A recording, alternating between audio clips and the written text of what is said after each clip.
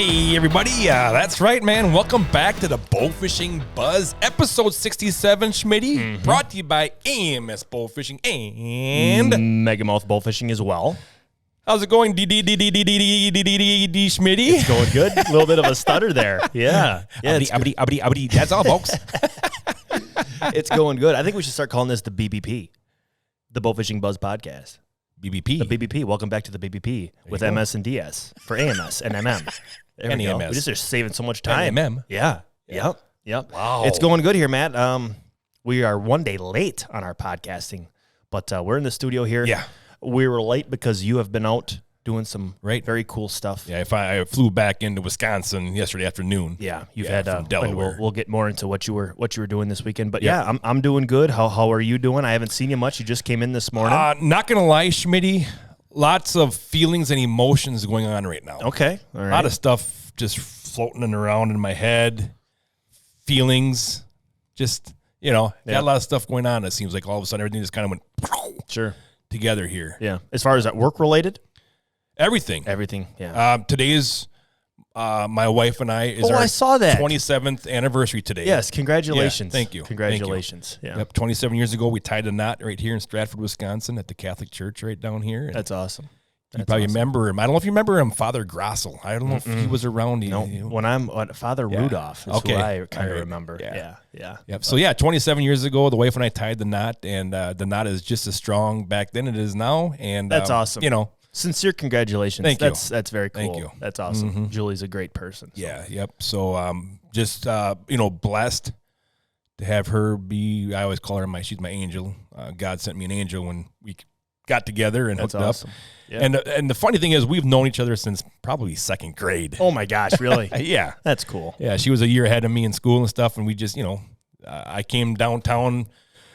We lived just outside of town in a subdivision, and we always would come downtown. My best buddy lived almost right across from her. Oh, really? Yeah, we always, That's awesome. We've known each other. We were in swing choir together. Oh, okay. Is there any footage? Is there any footage? There actually is, Schmitty. We were actually partners. Her senior year and my junior, we were partners in swing choir. Oh, my gosh. I can remember, under the boardwalk. Oh, my Under the boardwalk. We need to dig up that footage. I need to see you in swing choir.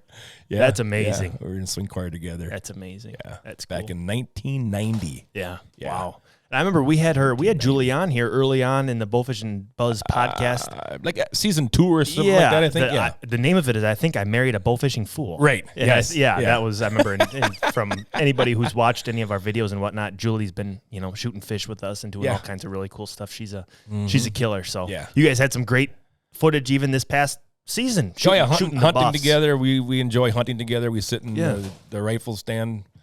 And we've got doors banging away. It's windy outside. It's been stormy up here. The studio sounds like it's about to fall apart. So hopefully we make it all the way through here. Good Lord. Wow. But no, we I'll just say I was blessed to have Julie, be my wife. That's cool. And 27 years, so that's love you, cool. babe. Yeah. Love you, babe, if you're listening. Cool. I just speaking of anniversaries, Matt, I actually am also celebrating an anniversary today as well. I am. What do you got, Schmitty? And it's she's also always been very near and dear to my heart. It's our 2-week anniversary. Her name is John Deere 3038E. She is my utility tractor. Yeah. So we've been together for 2 weeks now. It's been nothing but fun. Yeah. She's always there for me, willing to do whatever I need. Very nice. Very nice. Congratulations, Schmitty. Thank you. Congratulations. So much. Thank you. So for those of you that don't know, Derek is very passionate about his deer hunting and his deer season and his food plots and everything like that. Derek is very passionate about that. And he was always doing his food plotting with a four-wheeler and the 3-point hitch attachments and all your stuff that you drag around it there, and you make beautiful food plots. I'm starting again. The stutter's sticking with you. Yep. But you just recently bought a John Deere tractor, so you can make it a lot easier. It is, and the ATV side of things is putting food plots in. You're always, at least what I've always thought of is you're always working that equipment to the absolute max. Yes, that you are. I've gone through drive belts and pieces of the 4-wheeler that just get, and it's a big 4-wheeler. It's about as big and as heavy as you can have for doing that kind of stuff, and just it's long overdue. But it's just crazy how much how much faster and more efficient I can do something with a compact tractor. Right. Oh, it's been fantastic. But. So 2 weeks ago, Schmitty sends me a snap of him driving his tractor down the trails to his getting ready to go out in his food plots. I am not kidding you, people. I bet you he had a grin on his face from ear to ear. Oh, absolutely. Yep. You were Mr. Green Jeans. Oh, yeah. Heading out in your tractor. Yep. I put a piece of hay in my mouth, had it hanging out, and I was just going down. It was amazing. Right. It was fun. Yep. But yeah, very it's cool. It's very cool. But yeah, we just, so actually just on that topic, you and I both, we just got, everything's planted up. We're just hoping on rain and everything. Last night we got like heavy rain. Like I hope not washout type rain, but it's in God's hands now, and we're just getting ready for that September opener, and it's kind of ramping up here. It's crazy that it's already that time of year. August, what is today? The 17th? I can't believe it's August is over half done. That's insane. Yep. That's insane. But so along with the emotions, I was out in Delaware shooting stingrays with my good buddy Corey Brossman, Jana Waller, and Julie McQueen, president of the CarbonTV. Yeah, very cool. When I landed and got back to Wisconsin at the Central Wisconsin Airport, you know, you always right away you take your phone off airplane mode and you look to see what your messages are. And I had a message from Randy Parker, and a good friend of ours here at AMS Bowfishing had passed away, Greg Pyle, from Indiana. Greg was part of the pro staff here since I started working here 16 years ago. He was already on the board with Cindy and Jeff, and just a good guy, very passionate about his. One thing about Greg, he would rub people the wrong way, no doubt about that, but he told you like it was. Yeah. He wasn't going to sugarcoat anything to make you feel good. Yeah. Yep. He was going to tell you what he thought, and if he didn't like what you were doing, he would tell you. Sure. That was Greg. It's always, but with that attitude, you always know if he's telling you something, it's sincere. It means it's real. Right. He's not like you said, sugarcoating something to oh yeah, you're doing great. It's kind of it's always like, all right, you can go to him for an honest answer on something. Yep. Greg was part of Team Pokahole. Yep. With Bruce Bauer and Dustin, I believe was the other guy's name. They shot in a lot of tournaments years ago before tournaments were really, huge like they are. Sure. I remember him winning the tournament on the Illinois River. It was like $5,000. It was a director's shoot. Oh, wow. Years ago. Sure. On the Illinois River. $5,000 to win a tournament. Oh, my gosh. Yeah. That's crazy, Yep. That's awesome. That's I remember cool. They won that tournament, and he won actually our very first AMS Big 30 in Brandenburg, Kentucky. They won that very first one. Yep. They had the red, I can think of the picture right now. They got red jerseys on. Yes. Holding up that big check. Yep. And I think for when you write what the check was for, it said like fun times or something like that. I remember seeing that on there. Yep. And their smiles were, you're there too. But yeah, very cool. But yeah, that's unfortunate to hear. There will be a video portion of this podcast, but it won't be today. It'll be probably next Monday by the time I get done editing it, because I'm going to have to be leaving here shortly after the podcast. But yeah, just, that was just sad news to see when I got done, because I was fortunate to bowfish with Greg, to talk with him, to see him at tournaments. We filmed together down in Reelfoot in Tennessee. He invited me down there to do some bowfishing with him. And at that time, Greg was battling cancer already. All right. You could see it in his face and stuff. But even that did not slow him down, Derek. Yeah. He still wanted to get you out there on the water and show you what he learned. Sure. So he could teach you and show you how he does stuff.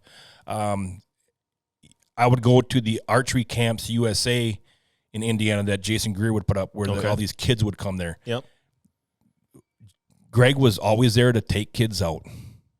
And I remember he had that barge boat. Oh my gosh, that thing was 28. Like, oh my gosh, huge. Really? I don't know how you drive these down these streets. Oh my gosh, wow. But he could pack those kids on that boat there, and he loved chasing big heads. Yeah, he was one of the pioneers in the big head, shooting the big heads down there. Oh, really? Okay. Yep, I can remember meeting Greg on the Campbell's Challenges down there. I remember hearing about those. Yeah.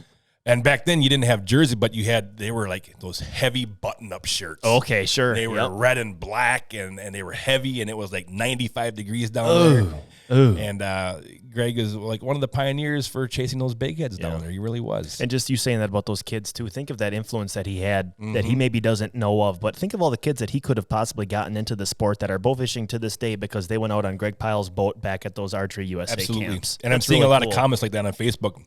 In fact, I made a post yesterday as soon as I heard about that, and I had somebody comment on there that, oh man, he says that's terrible. I'm sad to hear that. I remember watching you and Greg shooting grass carp down on Reelfoot, Tennessee, and we made a trip down there just because of that video.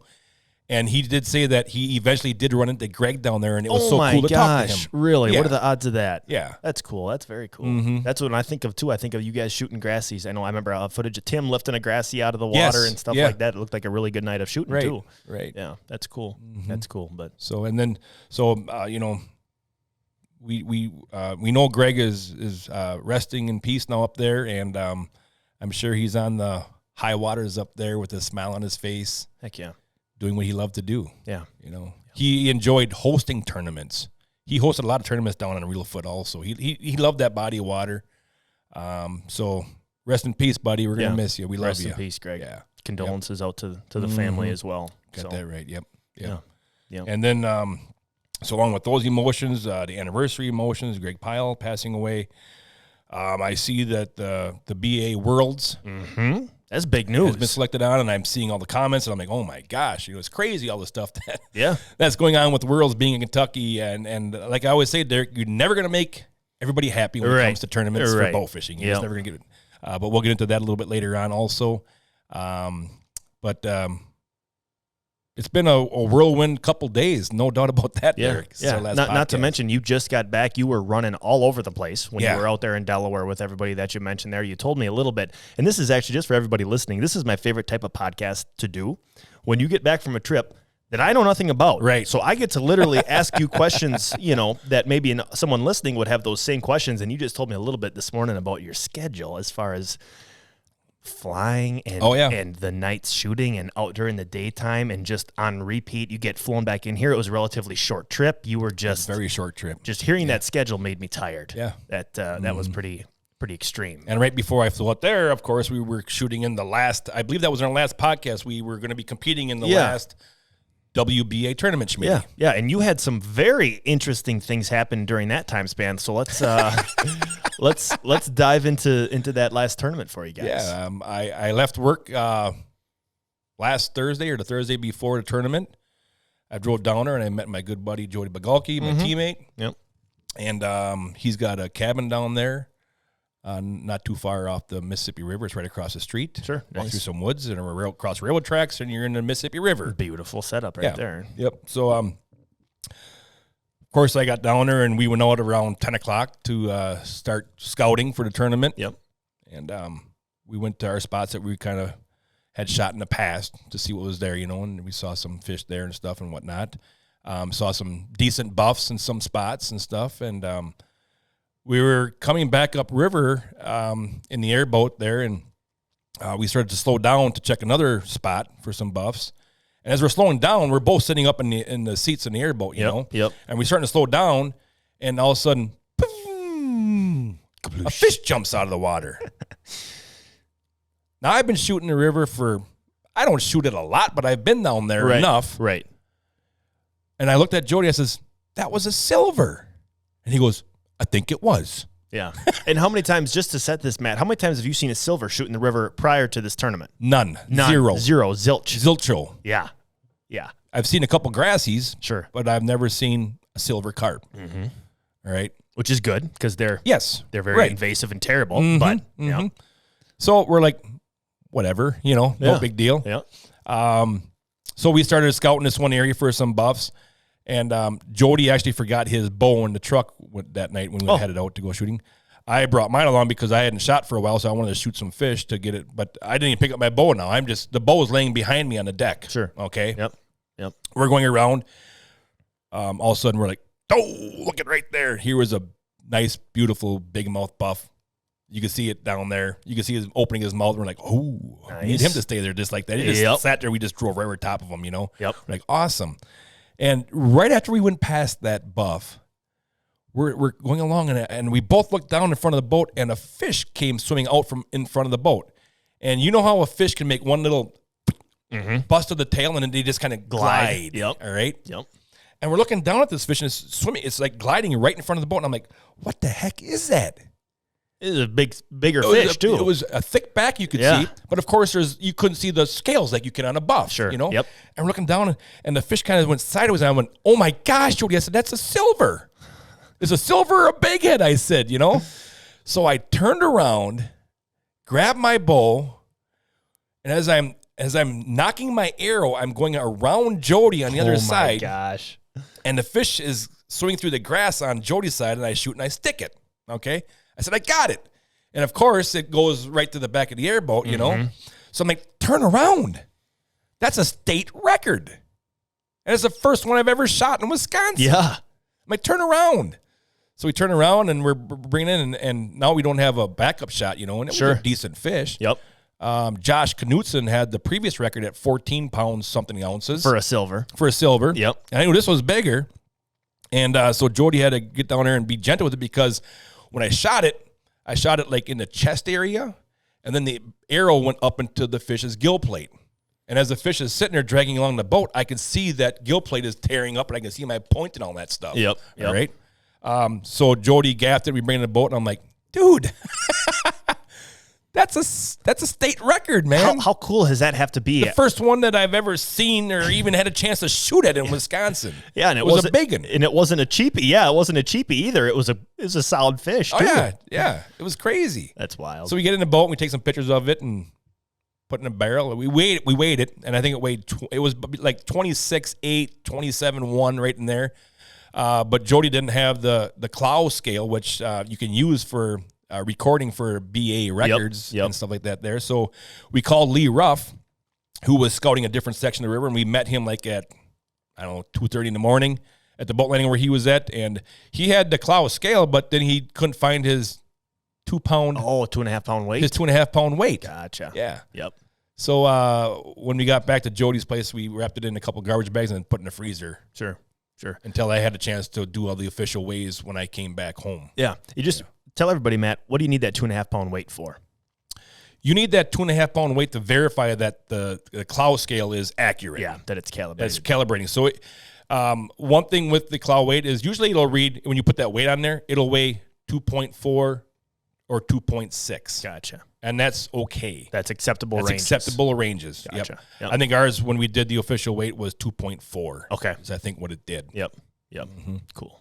So, yeah, we put that fish in the freezer and then commenced scouting on Friday night. And all we did that night is just burn gas. Oh, okay. All right. Yep. I drove around. But then, of course, we shot the tournament. And, we had a good – it was at least we didn't get rain. But some of the buffs were not in our holes like they were on Thursday night. And they kind of disappeared on us. We ended up shooting a bunch of, 10 to 16, 17-pound commons. Okay. And we missed a couple of good buffs. But then at about 2:30, I'm like, let's go, man. We got to go back down and check our buffs. Because we checked them right away the night of the tournament, with their first darkness. Yep. I said, maybe they're back up. So we ran all the way back and checked those spots. And we ended up busting up a couple more good buffs. In fact, I think we shot our biggest buff. We had to be back down to Prairie du Chien at 6 o'clock for weigh-ins. Okay. Yep. And I think we shot our biggest buff at 5:15 in the morning. Wow. Yeah. Wow. Cutting it close. Mm-hmm. That's cool. Yep. One thing that's pretty funny here, Schmitty, is Trace Bumgart. Yep. Another one of our teammates. Yep.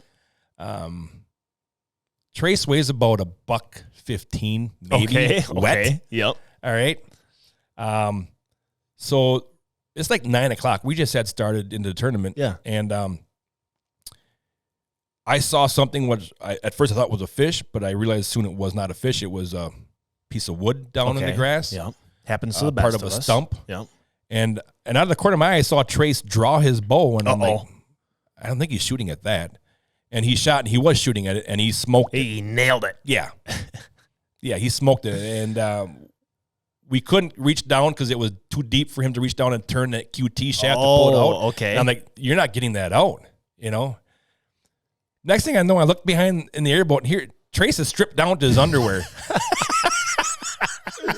Oh, my gosh. I'm like, really? He jumps in the water. And he's underwater. The water's deeper than he is, Sure. and he's in the water twisting that arrow shaft to get that QT out of that wood.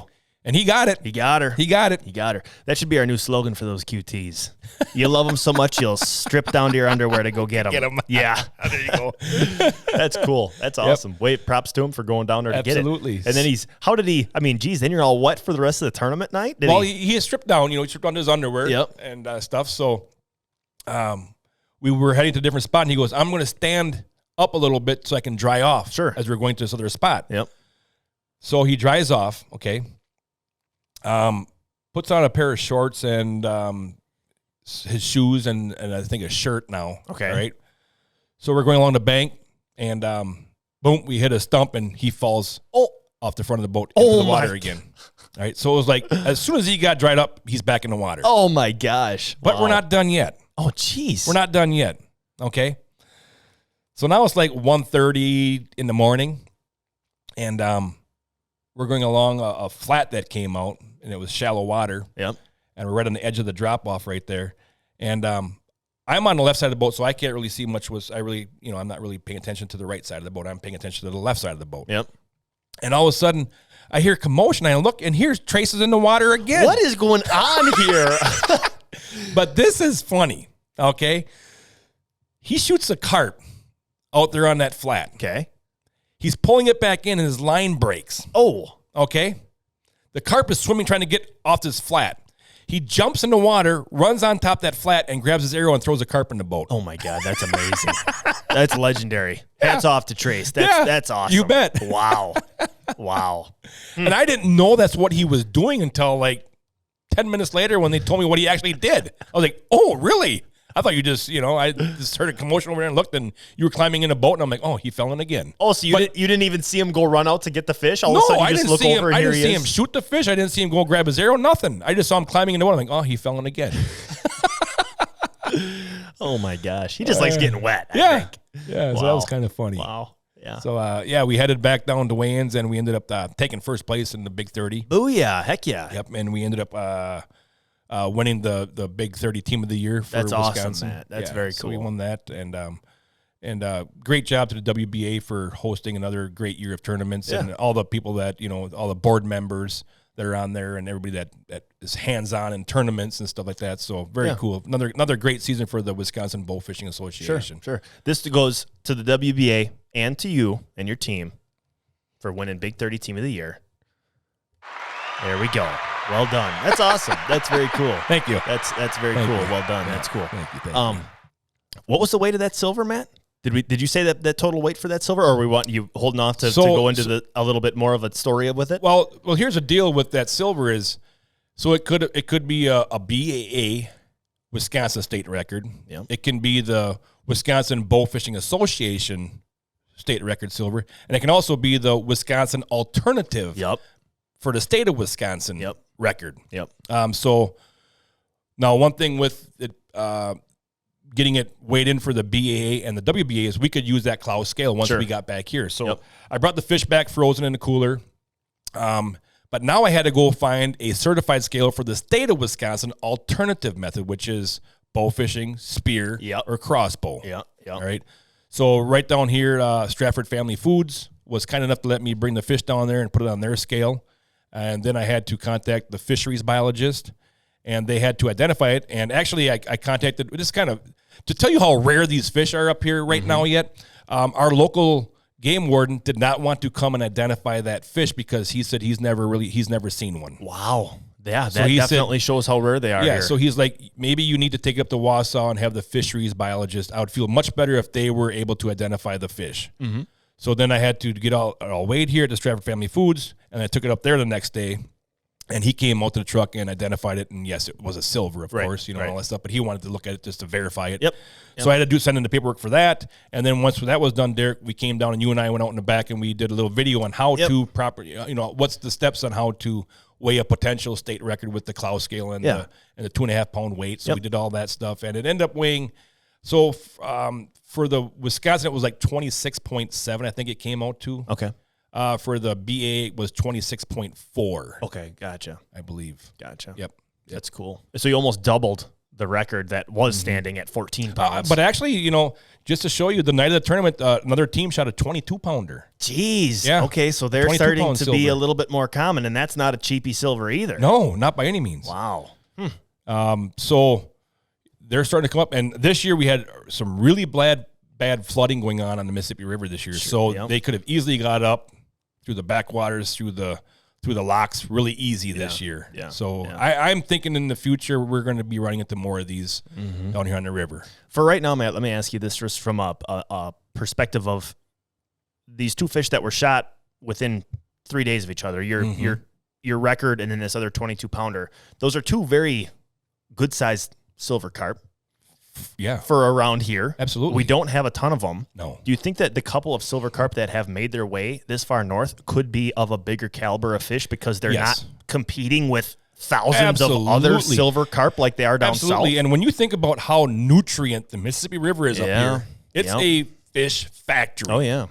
Yep. Perch, bluegills, walleyes, sauger, sturgeon, bass. I mean, there's bass tournaments out here every weekend on the Mississippi River. Yep. It's so fresh and nutrient that there's no doubt that these silvers, if they do get up here, they will definitely put an impact on the fishing because they're going to take away a lot of that plankton for the native fish fry to eat. Yeah. Oh yeah, it could in the future it could become just like the Illinois River. Yeah. Yeah. Where 80 to 90% of the biomass are Asian carp. Yeah. That could be very bad. Yeah. Not good. Very bad. Not good. Yeah. Yeah.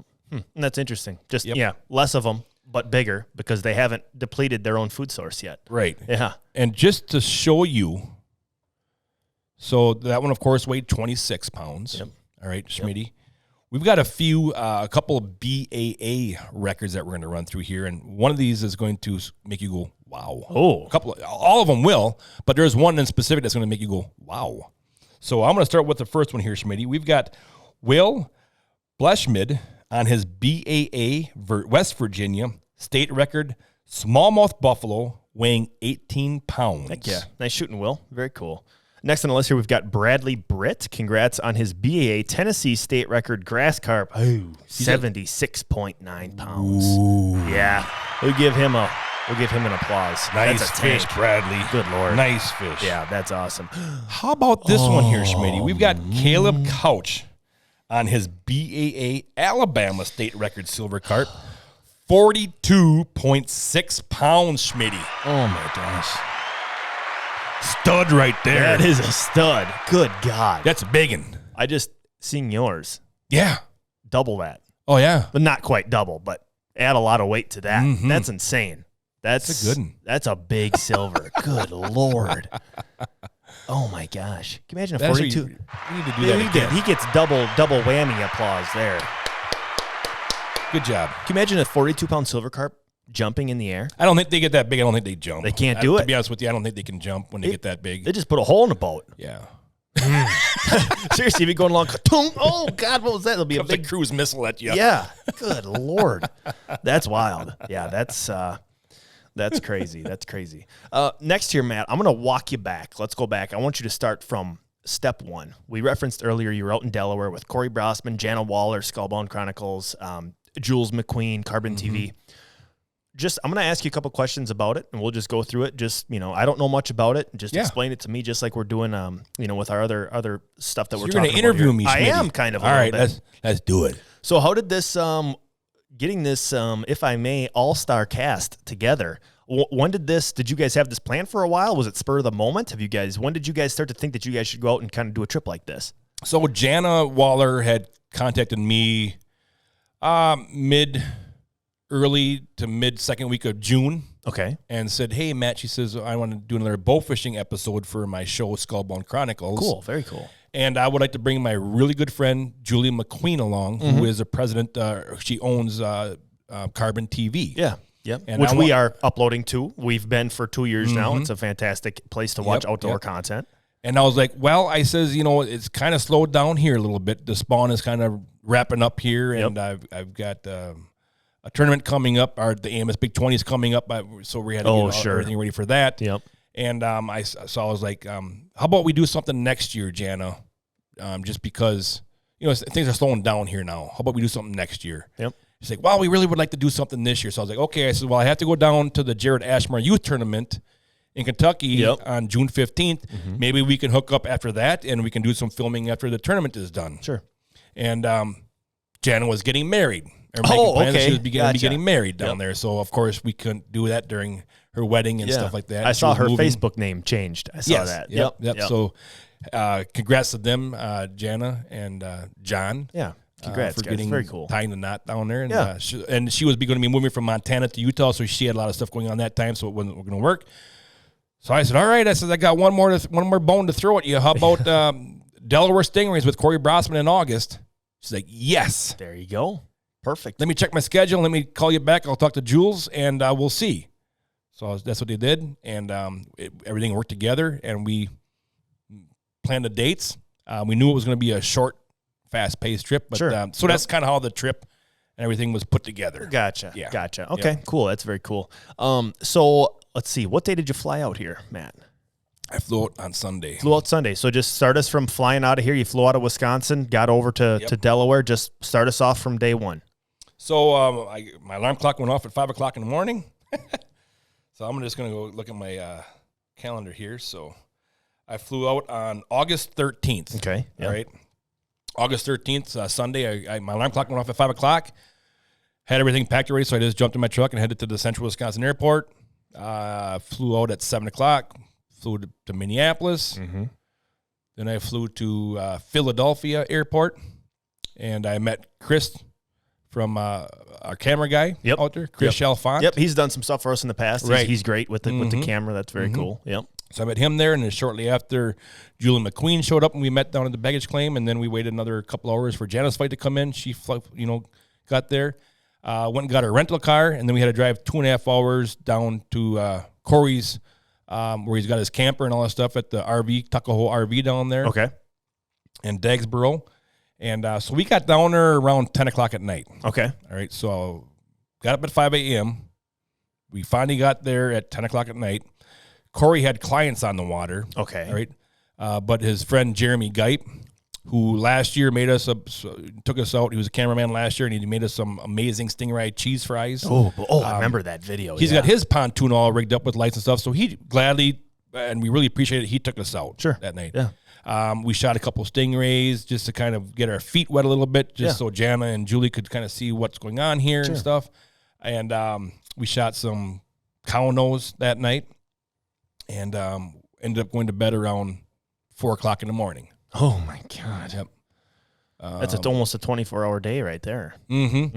So it was kind of cool just to kind of get our feet wet, get some stingrays in the boat, seeing how, just to show them what's all going on and how we're looking for them, because it's tough. It really is tough. If they're not on the surface swimming around, it's tough to see them. All you get is a glimpse of a wing when they take off. If you bust them off the ground, out of the sand, you get a short little glimpse of their wings going flipping up, and you'll see that white underside. And then you kind of guess where the rest of it is. Yeah. Sometimes if it's calm enough, you can see a wake or a V, and you can chase them down like you can with buffs or grass carp and stuff like that. You can kind of chase them down and get on top of them and shoot them again. So we went to bed around 4 o'clock in the morning. And then we met again at noon and went out and did a bunch of daytime shooting. Gotcha. Are you with Corey now? Yes. It's next day? So next day we're with Corey now and stuff. And like I said, we met at noon. Did you guys have a specified goal on the trip? Were you guys targeting a certain species of ray, or are you just kind of going down there, just whatever was available to shoot, you guys were going to shoot? Our goal was to target cow nose and southern, and if we were lucky enough to get a butterfly ray. Okay, gotcha. All right. Along with that, our goal was to film how to prepare these stingrays, how to fillet them, how to prepare them for the grill, because they are very, very good. Yeah. All right. Yeah. So that was one of the goals, and Jana and Julie loved that part of it. Yeah. So we went out there in the daytime, and it was tough. Extremely, extremely low tides because of the winds that we were dealing with. Okay. So the tides were down even lower. And we couldn't get to a lot of spots just because it was so low. Sure. What kind of winds are you talking about out there, Matt? I mean, is it just ripping? I mean, is it borderline? So we had east winds. Okay. Low tide is pulling the water back to the east as we have east winds. So everything's mixing together. Oh. The tide's wanting to go to the east the water's wanting to go to the east. And you have wind coming from the east. Oh, okay, sure. So it's so weird to see how water reacts on shallow areas it's really weird looking. Yeah. The water's really white capping. Sure. As it's sucking that water back out. Yeah. In a very shallow area. Right. Yeah. Yep. Yeah. We actually got stuck. Oh, wow. Mm-hmm. We actually got stuck and we had to get out and push the boat for about 20 yards across the flat that we got stuck on. Wow. Okay. Because the water drops, it drops quick on you out there, Yep. So we had to push that out. But it was a lot different this year because the stingrays weren't doing what I was so used to. When I would go out there, I would see 4 or 5 swimming on the water. It was calm and stuff like that there. Yep. We just weren't seeing that. The fish that we were seeing, we were busting up like out of a hole, and it was quick snap shooting. So it made conditions a little tough, but we stayed out from, like I said, from noon to about 6 o'clock, and then we went back in, went and got something to eat, came back out. Some storms came rolling through, so we got back out there around 10 o'clock, 10:30 at night again, and went to bed at 5:30 that morning. Man, those are long days, man. Those are long days. And the winds really picked up after that storm went through. Yeah. In fact, we were out there and we were shooting some nice southerns on a flat where it drops off into a channel, and it was very hard to see them. And I remember telling everybody on the boat, I said, "This is like the deadliest catch stingray version." Yeah. Yeah. Good Lord. Yep. But we shot some nice southerns, and Julie and Jana got to feel the power. Sure. Of a southern ray, cool. And the fight, and they did a great job because the shooting conditions were not very good. We were on a flat, but there was white caps rolling across the flats, and it made it very hard to see. Sure, yeah. It made it very hard to see. Can you imagine, a southern's back is completely sandish color. Yep. The water is sandish color. Now you add, white Good caps Lord. rolling on there. It made it tough to see. Everything's against you. Yeah. Yeah. But they made some great shots, and it was so fun to watch them experience the power. Sure. Yeah. Of that. Yeah. Let me ask you this. Does Julie McQueen, I know president of CarbonTV, she's done all kinds of cool stuff. Mm-hmm. Has she bullfished in the past? Yes, she has. Is she familiar with it? She has. Gotcha. She actually showed me a video of her a couple years back shooting silvers on the Illinois River. Really? And the video that she showed me, she was drawn back, waiting for one to jump. Yep. So she's drawn back, and a silver comes up and hits her bow. And, of course, and all the fish hitting it and stuff, she lets go of the string and she shoots, and the bottom of the cam comes up and hits her on the left side of the rib. Oh. On her rib area. And she got a nasty cut from the cam coming up and cutting a chunk out of her. Oh, my gosh. Yeah. Wow. Yeah. Yikes. Yeah, but no, she's bowfished before. She loves the sport of bowfishing and everything like that there. Very cool.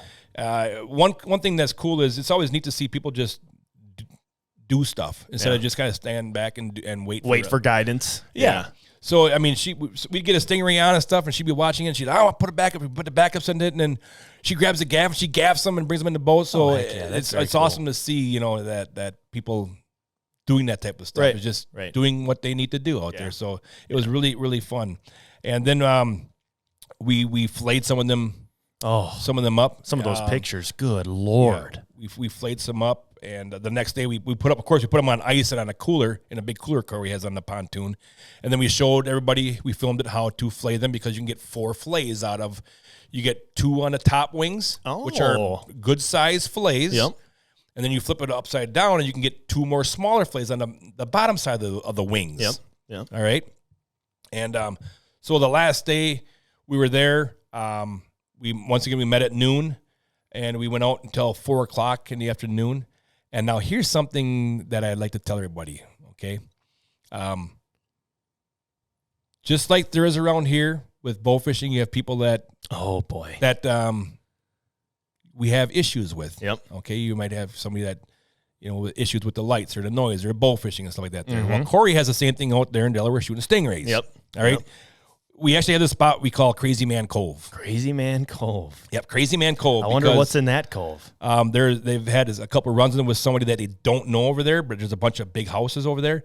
We will not go in there at nighttime with the lights. We just won't go over there with the lights on. Yep. All right. Yep. Very respectful. Because Corey had a couple run-ins, so he just stays out of there at nighttime. Yep. But so this is during the daytime. I said, and that was really the only place that we had found a couple cow nose during the daytime. Sure. So our last day there, we buzzed over there, and we're just getting ready to start shooting, and we're right at where the houses start. And also we look, there's not a boat near us. There's no boats by us at all. Mm-hmm. We're 200 yards from the shore because it's low tide. Oh, geez. Okay. We can't go any closer because it's low tide. We're going to be dragging bottom. Yep. All right.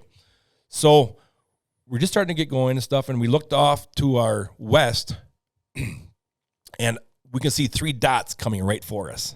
Okay. I mean, they're on a direct course right at us. Okay. And how far away are they at this point? They're a long ways off. Okay. Yep. But they're coming right for us. All right. It's 3 people on jet skis. Oh. And they're beelining it. They're wide open, heading right directly towards us. Barreling in on you. Yep. They get about 50 yards away, and the 2 on the outside split us. And the one in the middle comes even closer and goes around the side of us. How close to the boat are we talking here, man? I'm saying when the closest one by us, wide open, was probably 25 yards. Oh, my, that's not safe. Yep.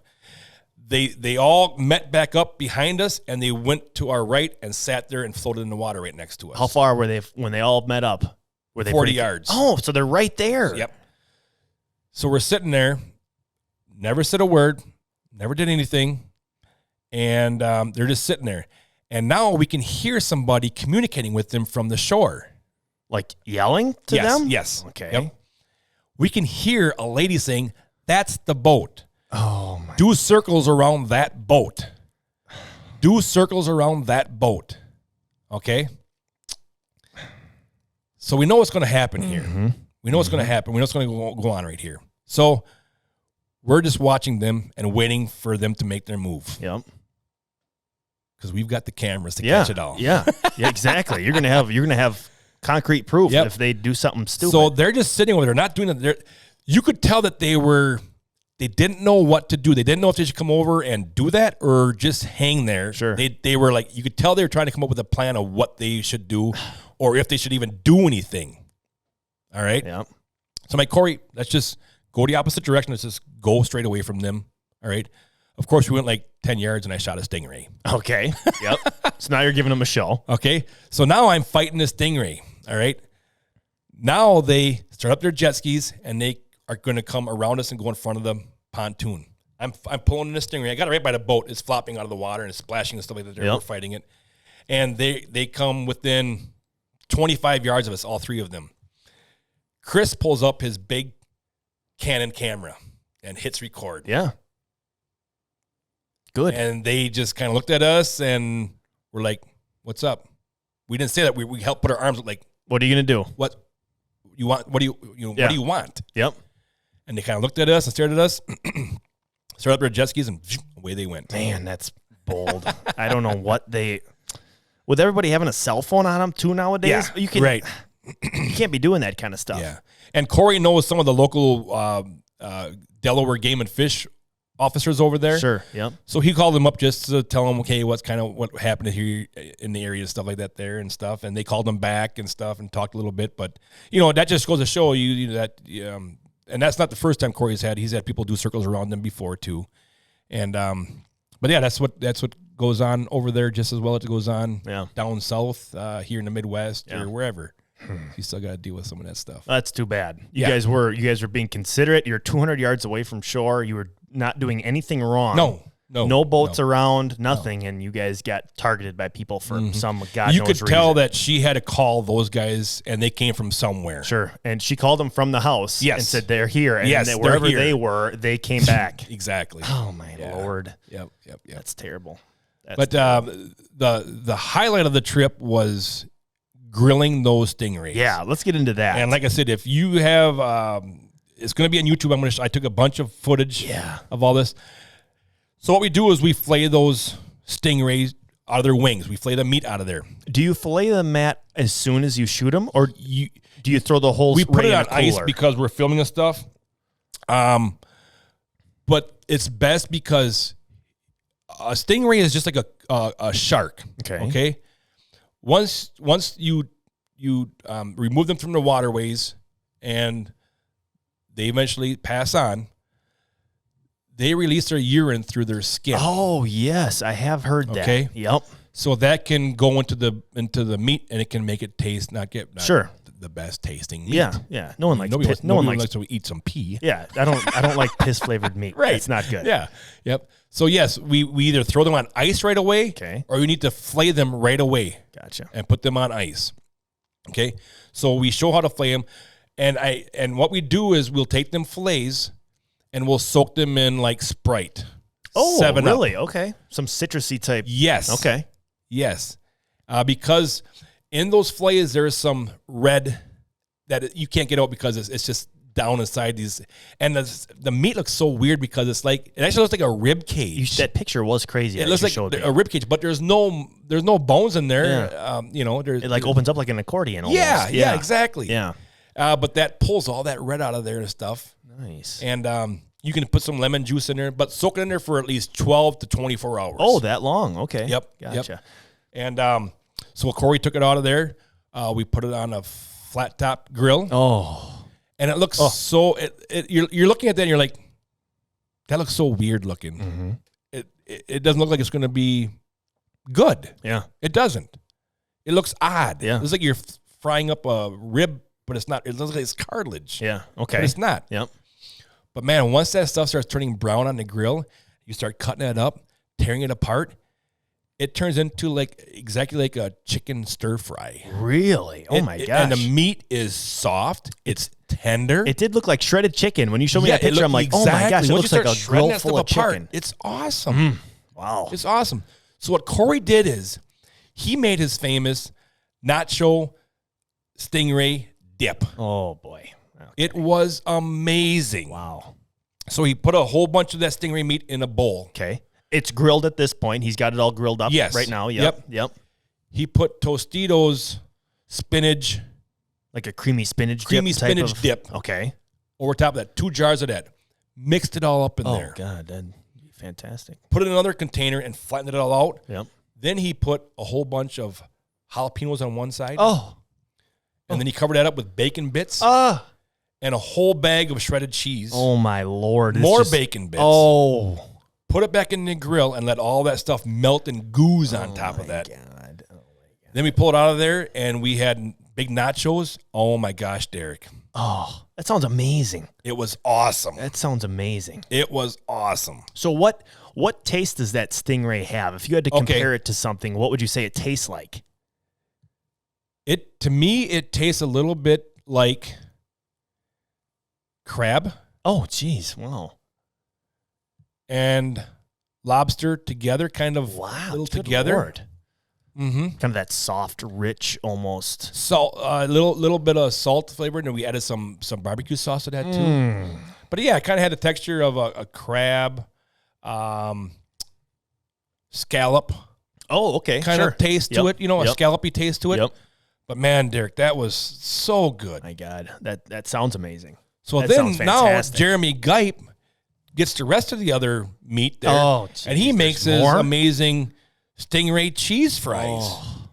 Oh, is it lunchtime? So he's got more Not meat. yet. He puts French fries over the top of them. Then he puts cheese over the top of them and peppers and onions and melts all that in a dish. Oh my gosh.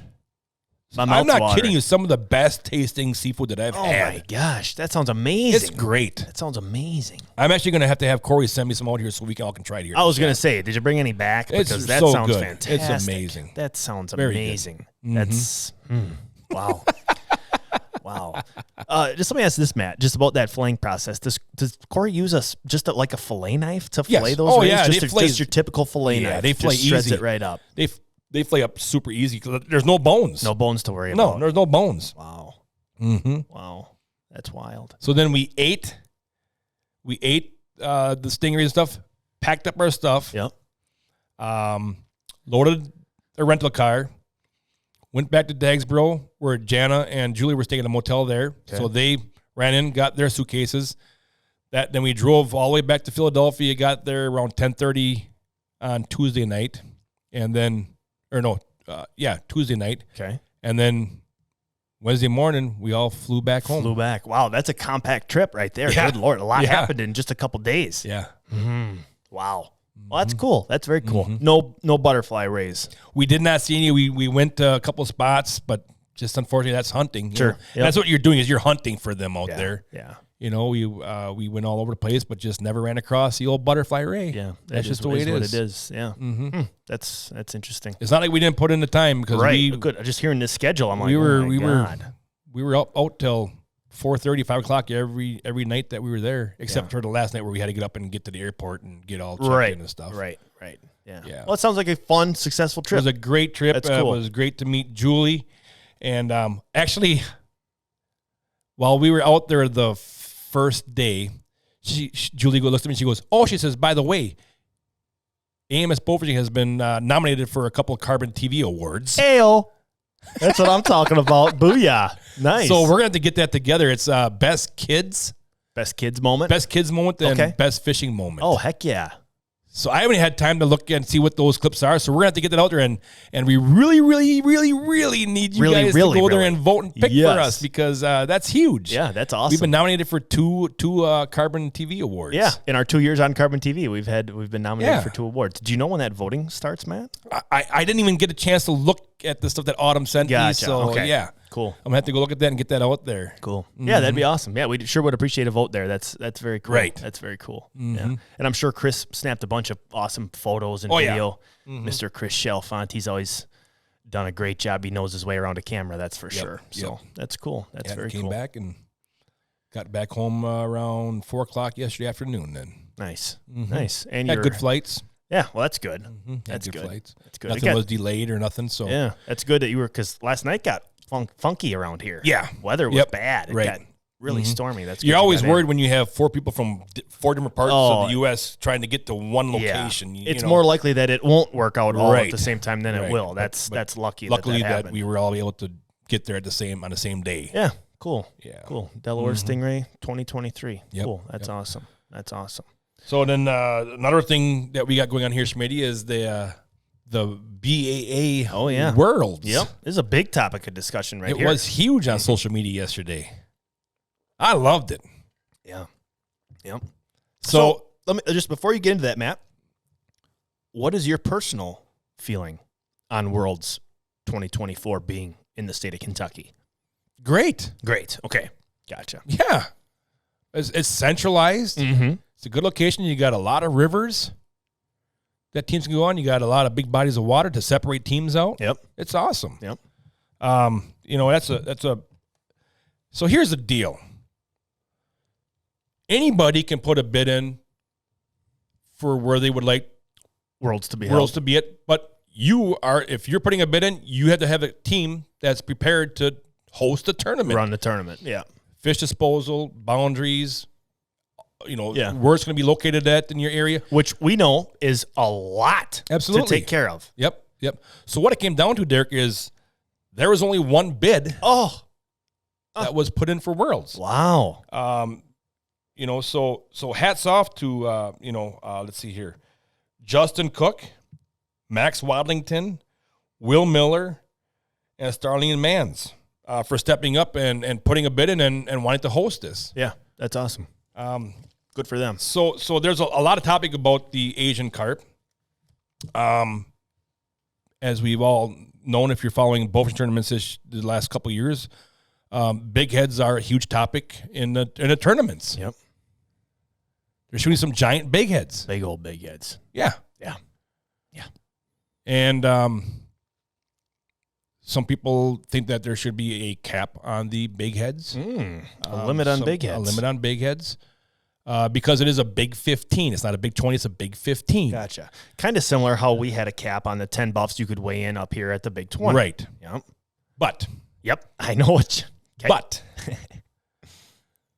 And sometimes down south, they'll put a cap on gator gyre. Yep.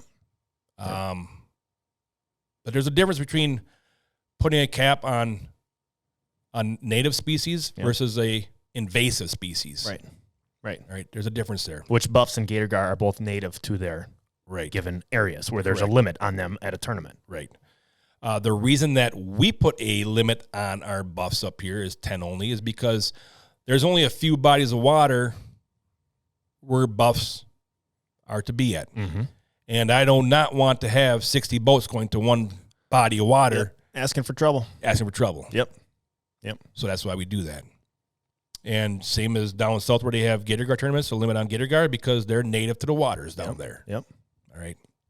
Where you look at, like I said, invasives, I don't know if it would be right for the BA to put a cap on invasive species like that. Right. Yep. And here's how I look at it, Derek. Years ago, and this is just the way things are. Mm-hmm. Years ago, you had a lot of the airboat teams were dominating. Yep. They were able to chase down grassies on flats, chase down buffs on flats. And you had some teams that they don't have airboats. Right. All right. And that's just the way it is. Why do you think I shoot out of an airboat here in Wisconsin for tournaments? Yeah. Yep. There's a reason that I shoot out of an airboat here in Wisconsin for tournaments. All right. You had some teams down there that didn't have an airboat. They couldn't run down those fish. Yep. So they started figuring out a way to compete with that. Evolution of the sport. Yeah. Yeah. Now, one thing that I was seeing in those comments was live scopes. Oh, yeah. Yeah. Okay. You showed me your live scope ice fishing this year, and I was like, holy shit. Yeah. Yeah. It's a game changer. It was huge. That was awesome. Yeah. I am not sure, and I might be wrong, but I am not sure that it would be very easy to take a live scope, try to look down at that fish down there and try to shoot it. I don't know. I don't know. Yeah. Maybe it is, maybe it's not. I do not know. Yeah. I don't think I've never tried it before. I have no idea. Yeah. Yep. All right. We don't have a live scope on our boat. I don't know. No, we don't. And just from using it and whatnot, you'd be lucky to be able. If there's a fish, I don't know, 5 feet under the surface, if there's a fish 4 feet down or 3 feet down, I don't know. It will tell you where that fish is, but it's not like you can perfectly line up exactly where that fish is. That cone angle is not just one solid angle. You have it getting bigger and bigger as it goes out. Right. So your fish is in a certain range of a cone angle of that transducer. Mm-hmm. So. Yep. I will tell you this. The teams that people are talking about have put in hours and hours and hours and many, many, many, many more hours trying to figure stuff out. Yeah. All right? Yep. And they have. They've learned a lot by being on the water around the clock darn near. Yep. All right? They put in their time. Yeah. All right? For example, Derek, this last year when I went down there, I wanted to shoot me a big head. Yep. We put in at 10:30 at night. I shot one fish at 3:30 in the morning. Oh, long night. Talk about boring. Oh, yeah. Yeah. Yeah. I'm tired, I'm like, well, this ain't going to happen. Yeah. And then to be ready when it does happen. Right. Yeah. You hit it with the light, and there it was. We're like, oh, my gosh. Yep. Snap back into it. To be ready. Yeah. So there's a lot of stuff going on with Worlds down there in Kentucky, and I think it's a great spot to have the tournament. I'm sure it'll have a great time, but for people complaining about it, put a bid in. Yeah, right. Put a bid in. It's just the thing about bowfishing tournaments is you're never going to make every single team happy. It's just impossible. You just can't. Yep. You can't make everybody happy. Yep. And the reason I think this is so fresh in everybody's minds right now is because of the Cajun 8 just being won by Lance Brantley and their team with a 60-pound average. Yep. Now, if you put a cap on big heads, to me that just makes it easier for them. Now they don't have to go out and try to find 15 of those. Right. You just go and find 8. Yeah. You know? Yep. Oh, yeah, you got to go find some other fish, but. Right. It's tough. Yeah. It's tough. And weather can dictate, time of year can dictate any of that stuff. Yeah. So many outside sources that are going to be. I can't tell you. I remember years ago for we were competing in the Bass Pro US Open that one year. The night of scouting, the big heads were literally so stupid they were bumping into the side of the boat. The reason being is the water was dirty. Sure. Yep. They didn't care if our lights were shining them or not. They were literally bumping off the front of the boat and the trolling motor. That's crazy. Heads out of the water, dumb. Yep. The tournament was down in Memphis. We had like a 5.5 hour drive to that spot. Oh, boy. We did not see a big head that night of the tournament. It can happen. Just because they've been shooting big heads here lately and stuff doesn't mean that they can get them on every night of the tournament. Right. We all know what happens from scouting to night of the tournament. Oh, yeah. Yep. Mm-hmm. Yep. So to me, it's just a little bit of everything's changing here now. Yeah. Okay? Yeah. In the way that they're able to find and target these big fish. Yeah. Yeah. You know, they're flashing them with the lights and shining them with the lights and finding where they're living. Yeah. So yeah, it's kind of like a change. Sure. You know? Yep. And like I said, why do you think guys shoot out of an airboat here in Wisconsin? Yeah. There's advantages. Oh, yeah. Yeah. Sure there is. It's tough, too, if you're someone who's complaining on where it's being held and you're located somewhere else and you did not put a bid in for the area that you would prefer that tournament to be held, you kind of shouldn't really have a right to be able to complain about where it's being held. Mm-hmm. You should have had to put a bid in if you wanted to have it somewhere. Right. It was only one bid. How could you complain when no one else even put anything in there, including yourself? You know? Right. Yeah. So, yeah, there's a lot of controversy going on. I mean, it's good discussions. I love these discussions. It's awesome discussions. Yeah. You know, and there's people that think this way and there's people that think that way. And that's great. Yep. You need to have that. That's great because, like I said, you're never going to make everybody happy when it comes to tournaments. You're just not going to. Right. Yeah. Me, I love big heads. Mm-hmm. I like chasing them. It can be boring as heck. Yeah.